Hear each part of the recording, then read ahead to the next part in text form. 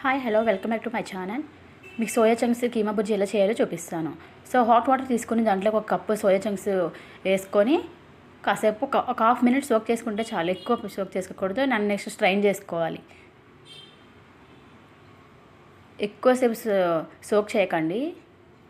And కొద్దిగా చల్లనీళ్ళు కూడా వేసుకొని బాగా వాటర్ అన్నీ పిండేసుకోవాలి. గట్టిగా పిండేసుకొని ఒక మిక్సీ జార్లోకి వేసుకోవాలి.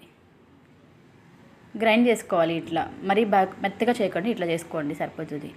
అండ్ ఆయిల్ వేసుకొని హోల్ గరం మసాలా అన్నీ వేసి పచ్చిమిర్చి త్రీ ఆనియన్స్ వేసుకొని ఇంట్లో 1/2 స్పూన్ పసుపు, సాల్ట్ 1 స్పూన్, అల్లం వెల్లుల్లి పేస్ట్ ఫ్రై అయ్యాక 1 స్పూన్ కారం అండ్ 3 టమాటోస్ ప్యూరీ దీంట్లోకి వేసుకోవాలి.